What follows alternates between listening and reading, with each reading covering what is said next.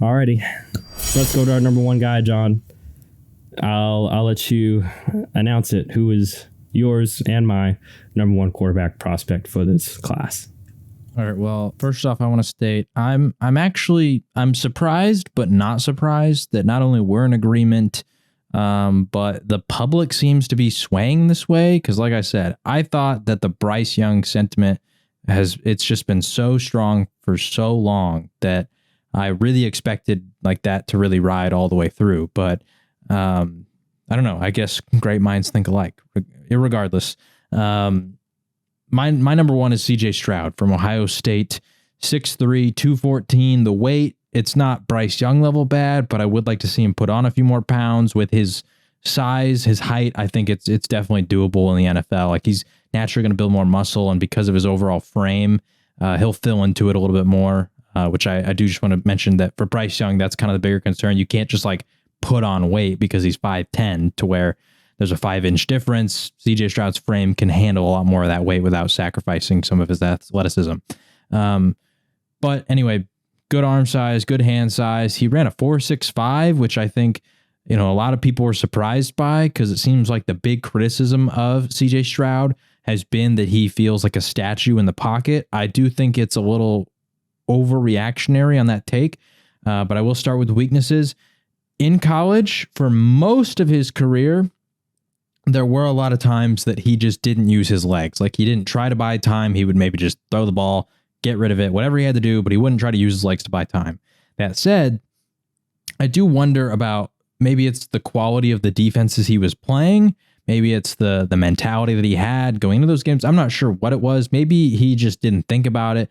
But all of a sudden, in his final college game against Georgia, where they almost won that game and advanced to the national championship against that crazy good Georgia defense, he started doing it. He started buying time, and I personally feel that's just out of necessity, because Georgia was taking the lead in the second half of that game. Georgia was, pulling ahead, and, he's just making plays that he has to make, because if he doesn't make them, Georgia's going to put the nail in the coffin. And so, like I said, I do think that the take that he's a statue, because I have seen that, I think is a little reactionary. That said, if he continues to not do it in the NFL, then we're going to look back on this Georgia film and be like, why was that a one-time thing? We need to start doing that again.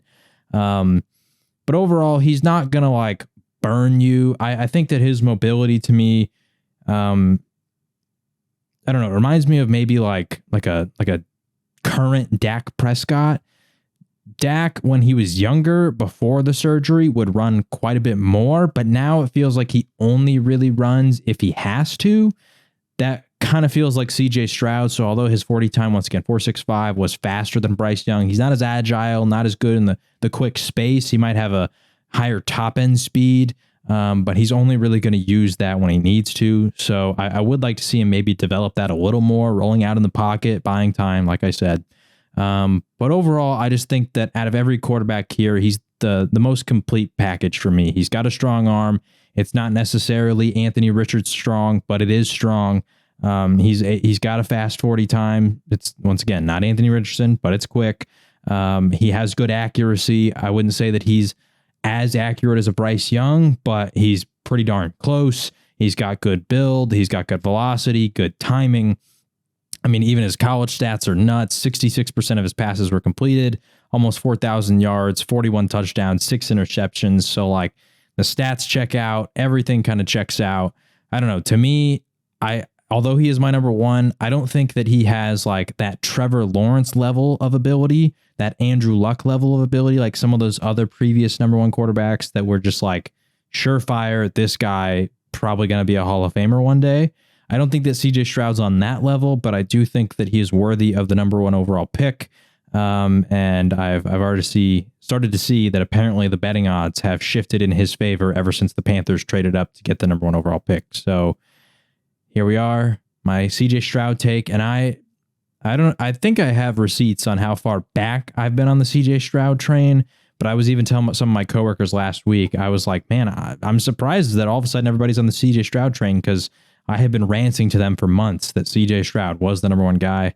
So here we are. CJ Stroud is my number one, and I assume he's yours as well.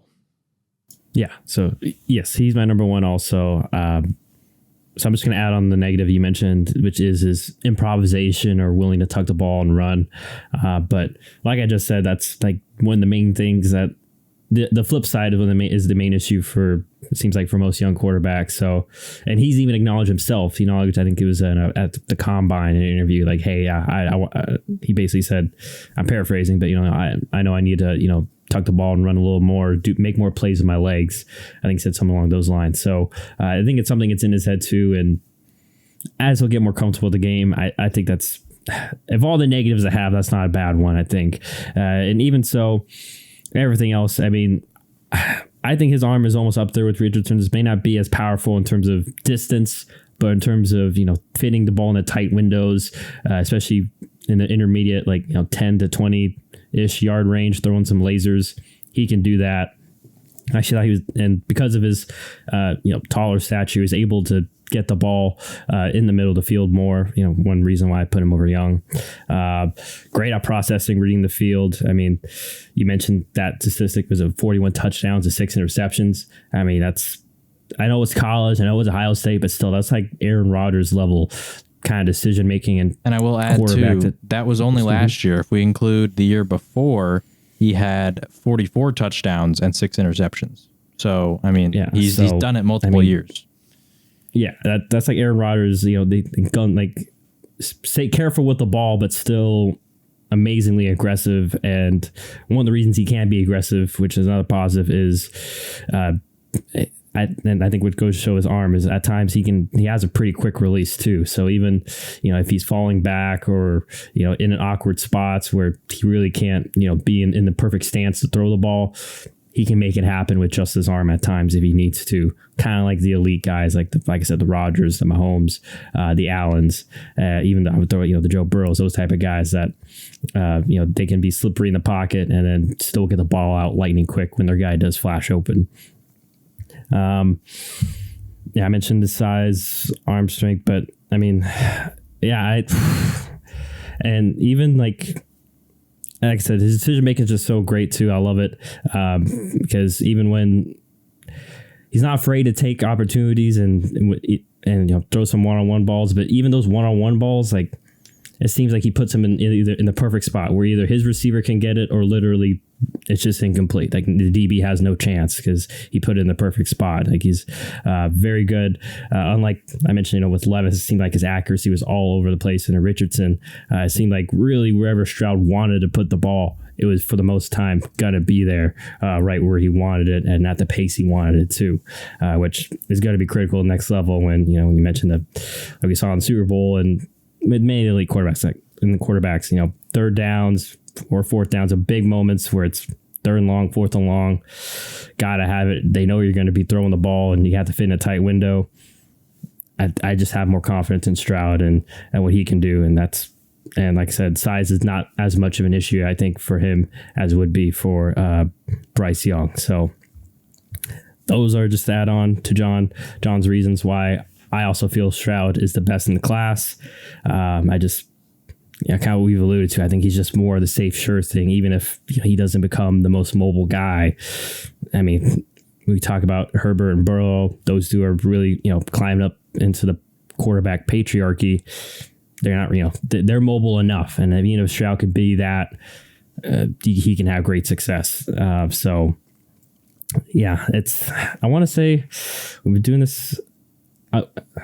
No, because to say 2 years ago we agreed on Trevor Lawrence at number 1. So it's not the first time, but I think it is the first time we've had the exact same rankings. And once again, I want to reiterate, we don't share like our thoughts really during the process, but we only shared a little bit this year, in regards to who we felt number 1 was, and we didn't really confirm it. It was just more like a soft confirmation. But we both feel Stroud 1.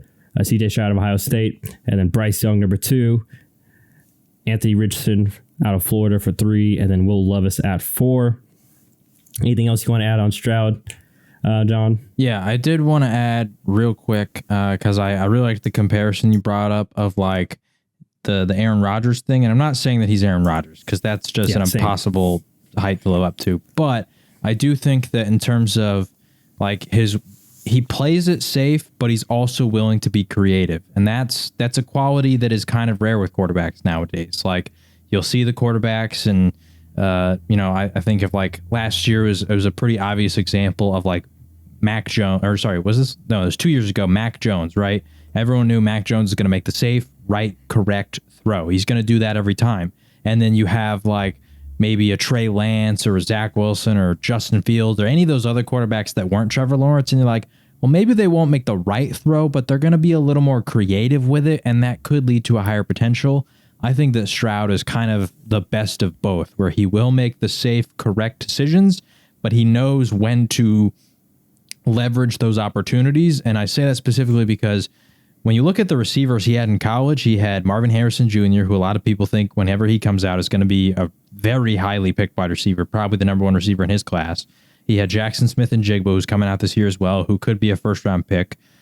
He had Chris Olave and Garrett Wilson. And when you look at all those receivers, there's a lot of different talents across those four guys. Like, they're different skill sets, different play styles, different route trees that they're going to be running. And like you said, there were times where maybe it wasn't the right throw, but he knew my guy Marvin Harrison Jr., he's going to win this play. So I'm going to go throw it to him because we need a chunk play. Or there were other times where it's, hey, I know that this isn't going to be one, so I'm going to look for Chris Olave or Garrett Wilson. I'm going to find the guy who gets open over the middle for a 5-yard dig. And that's what we're going to do because the deep bomb's not there with the way the pocket's collapsing. Like, he just had a really good ability to like read the play and understand like the timing of the game and what's necessary for it when it comes to being safe versus being creative, which, like you said, Aaron Rodgers is like the peak of in NFL history of being able to do that. And like I said, we're not comparing him to Aaron Rodgers, but he does have glimpses of that kind of decision making. Yeah, the split second knows when to either push the envelope or play it safe, right, which is hard to do, hard to have. So it's just something that could possibly translate to the next level, but we'll have to see.